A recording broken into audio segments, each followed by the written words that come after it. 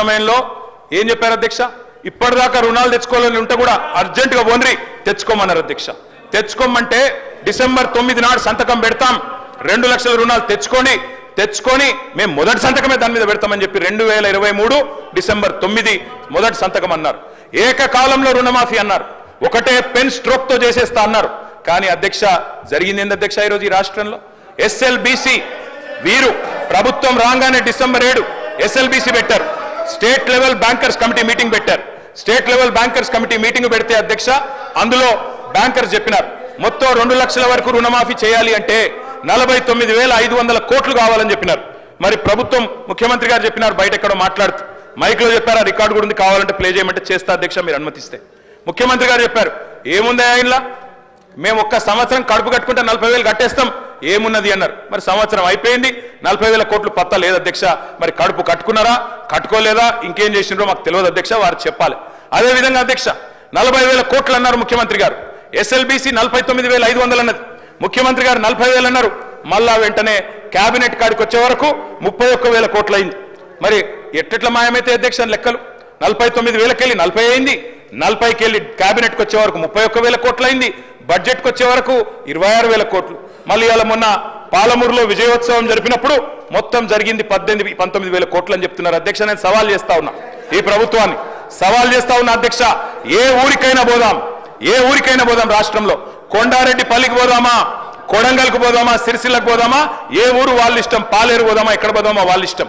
ఖచ్చితంగా ఏ ఒక్క ఊర్లోనైనా 100% రుణమాఫీ జరిగిందని రైతులు చెప్తే స్పీకర్ ఫార్మాట్ లో రాజీనామా వెంటనే మీకు ఇచ్చి రాజకీయ సన్యాసం తీసుకుంటా అధ్యక్ష, ఏ ఒక్క ఊర్లో అయినా సరే. అధ్యక్ష ఈ రకమైన బుకాయింపు, ఈ రకమైన మోసం మంచిది కాదు అధ్యక్ష. పావులా కూడా జరగలే అధ్యక్ష రైతు రుణమాఫీ. 49,500 కోట్లు అని చెప్పి ఇప్పటి వరకు 12,000 కోట్లు కూడా చేయకుండా తప్పించుకునే ప్రయత్నం చేస్తా ఉన్నారు. ఒక మాట అన్నారు అధ్యక్ష ఆ రోజు ముఖ్యమంత్రి గారు, రైతు బంధు ఎందుకు అయిపోతుందా, మేమేమన్నా దివానగాళ్ళమా అవులగాళ్ళమా అని మాట్లాడింది అధ్యక్ష. మరి ఇలా వానాకాలం రైతు బంధు ఎగ్గొట్టిన వాళ్ళని ఏమనాలి అధ్యక్ష? వానాకాలం రైతు బంధు ఎగ్గొట్టిన వాళ్ళని ఏమనాలి అధ్యక్ష ముఖ్యమంత్రి గారి మాటల్లో? అందుకే అంటా ఉన్నాం, ఒక పంట కాదు 3 పంటలకు ఇయ్యాలని డిమాండ్ చేసిండ్రు, ఆ 3 పంటలకు ఇయ్యాలని మేము డిమాండ్ చేస్తా ఉన్నాం. ఇవాళ నిన్న భూభారతి చట్టం తెచ్చిండ్రు అధ్యక్ష, అందులో అనుభవదారుడు కాలం పెట్టింది. నేను అడుగుతా ఉన్నా కాంగ్రెస్ ప్రభుత్వాన్ని, మీరే చెప్పారు రైతులకే కాదు కౌలు రైతులకు కూడా ఇస్తామని చెప్పారు. ఎస్ సార్, కన్క్లూడ్ చేయండి, ఎందుకంటే నేను వేరేమైనా మాట్లాడుతున్నా సార్, సబ్జెక్టే మాట్లాడుతున్నా, రైతు భరోసా మీద మాట్లాడుతున్నా అధ్యక్ష. అనుభవదారుడి కాలం పెట్టారు, జమాబంద్ అని రాసినారు. మరి అనుభవదారుడి కాలం పెడితే నేను అడుగుతా ఉన్నా అధ్యక్ష, చెప్పండి దయచేసి, అనుభవదారుడి కాలం పెట్టారు, ముఖ్యమంత్రి గారు ఎన్నికలకు ముందు చెప్పినారు కౌలు రైతుకి ఇస్తాం, రైతు కూడా ఇస్తాం, భూ యజమానికి కూడా ఇస్తామని చెప్పినారు. ఇవాళ ప్రభుత్వం స్పష్టం చేయాలి, రైతుకు ఇస్తామని చెప్పిండ్రు, కౌలు రైతుకి ఇస్తామని చెప్పిండ్రు, రైతు కూలీలకు ఇస్తామని చెప్పిండ్రు, తప్పకుండా ఇచ్చిన హామీ నిలబెట్టుకోవాలి. ఇంకా చెప్పాలంటే అధ్యక్ష ఈనాడు పేపర్లో ఫ్రంట్ పేజ్ ప్రకటన ఉంది, నాకు చూపెట్టమంటే చూపెడతా, మొదటి 100 రోజుల్లోనే ఇస్తాం అని కూడా చెప్పిండ్రు అధ్యక్ష, మాట నిలబెట్టుకోలేదు.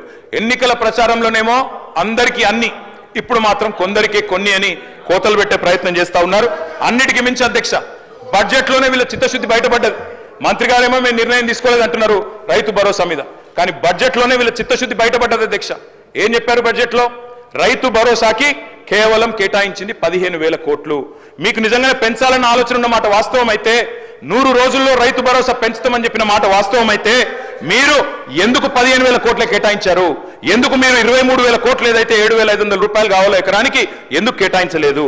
70 లక్షల మంది రైతన్నలకు మీరు 15,000 కాకుండా మరి 15,000 ఇవ్వాలి అంటే 23,000 కోట్ల రూపాయలు కావాలి, అది మీరు పెట్టలేదు అంటేనే మీ చిత్తశుద్ధి అర్థమైతా ఉన్నది. కోతలకు సిద్ధపడ్డ తర్వాతనే ఉపసంఘం వేసినారు, మంత్రివర్గ ఉపసంఘం. ఇవాళ మీరు టైం పాస్ చేస్తా ఉన్నారు, ఖచ్చితంగా చెప్తా ఉన్నా, కాలక్షేపం చేస్తున్నారు. మంత్రివర్గ ఉపసంఘాన్ని వేసి ఇయ్యదలుచుకోలేదు మీరు. వానాకాలం రైతు బంధు ఎగ్గొట్టినట్టే భవిష్యత్తులో కూడా రైతు బంధు ఎగ్గొట్టే చక్కర్లో మీరు ఉన్నారు. అందుకే ఇవాళ రైతులు నమ్మతలేరు, రైతును అనుమానించే ప్రయత్నం చేస్తా ఉన్నారు, అవమానించే ప్రయత్నం చేస్తున్నారు. పెద్దోళ్ళకి ఇస్తున్నారు, దుర్వినియోగం అయిపోయింది అని కావాలని ఆంక్షలు పెడతాం, అగ్ని పరీక్షలు పెడతామని చెప్పి నిందలు వేస్తామని మాట్లాడుతూ ఉన్నారు అధ్యక్ష. మరి మేనిఫెస్టోలో పెట్టినప్పుడు ఎందుకు చెప్పలేదు అధ్యక్ష ఇవన్నీ? ఆ రోజేమో అందరికీ అన్ని, ఇప్పుడేమో కొందరికే కొన్ని కోతలు పెడతామని అప్పుడు ఎందుకు చెప్పలేదు అధ్యక్ష? అందుకే అధ్యక్ష ఐటీ గట్టేటోళ్లకు అధ్యక్ష ఈ రాష్ట్రంలో అధ్యక్ష పాన్ కార్డులు ఎన్ని ఉన్నాయో తెలుసా అధ్యక్ష? ఈ రాష్ట్రంలో 1,00,00,000 పైచిలకు పాన్ కార్డులు ఉన్నాయి. మరి రేపటి రోజున పాన్ కార్డులు ఉన్న వాళ్ళందరికీ కట్ చేస్తామంటే ఐటీ కట్టేటోళ్ళకి కట్ చేస్తామంటే ఎట్లా కుదురుతుంది అధ్యక్ష? అధ్యక్ష, లీకులు ఇచ్చి రాయిస్తున్నారు. గుట్టలకు పుట్టలకు రైతు బంధు అని కట్టుకథనాలు రాయిస్తా ఉన్నారు. ఉపసంఘం నివేదికలో 1,00,000 కొనేలు పెడతా ఉన్నారు. రైతు బంధు పథకం ఉసురు తీయబోతున్నారు, ఉరేయబోతున్నారు అనేది మా అనుమానం. ఉపసంఘం నివేదికను ఖచ్చితంగా రాష్ట్ర ప్రజల ముందు పెట్టాలి, శాసనసభ ముందు పెట్టాలి. అధ్యక్ష, నేను ఒకటి అడుగుతున్నా అధ్యక్ష, ప్రభుత్వ ఉద్యోగులకు ఐటీ చెల్లింపుదారులకు రైతు భరోసా కట్ చేస్తారా? మంత్రి గారు చెప్పాలి. ప్రభుత్వ ఉద్యోగులకు భూమికున్న బంధాన్ని తెంపేస్తారా? వాళ్ళు రైతు బిడ్డలు కాదా? వాళ్ళు భూమిపుత్రులు కాదా? రైతు బిడ్డ ఉద్యోగి అయితే వారికి కటింగ్ పెడతారా? తప్పకుండా చెప్పాలి. తరతరాలుగా సాగుతున్న భూమిని సాగు చేస్తున్న వ్యవసాయాన్ని మరి వ్యాపారంగా చూస్తారా అని అడుగుతా ఉన్నా అధ్యక్ష. అధ్యక్ష, ఈ రోజుల్లో ఉన్న రుణ వ్యవస్థ ప్రకారం, అర్హతల ప్రకారం గ్రామాల్లో కూడా ఐటీ చెల్లింపులు చేస్తున్న వాళ్ళు ఉన్నారు, పాన్ కార్డులు ఉన్న వాళ్ళు ఉన్నారు, రైతన్నలకు కూడా పాన్ కార్డులు ఉన్నాయి.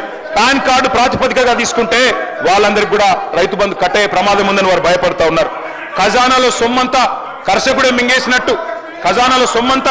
మింగేసినట్టు గోరంతలు కొండంతలు చేసి ప్రాపగాండా చేస్తా ఉన్నారు. ఇది మంచిది కాదు అధ్యక్ష. ఒక పక్కనేమో దేశంలో ఈ బీజేపీ వాళ్ళ అధ్యక్ష, దేశంలో 14.5 లక్షల కోట్ల పెద్ద బడా వ్యాపారవేత్తల అధ్యక్ష, వాళ్ళేమో మొత్తం సొమ్ములు ఎగవేసి బ్యాంకులను లూటీ చేసి పారిపోతారు అధ్యక్ష.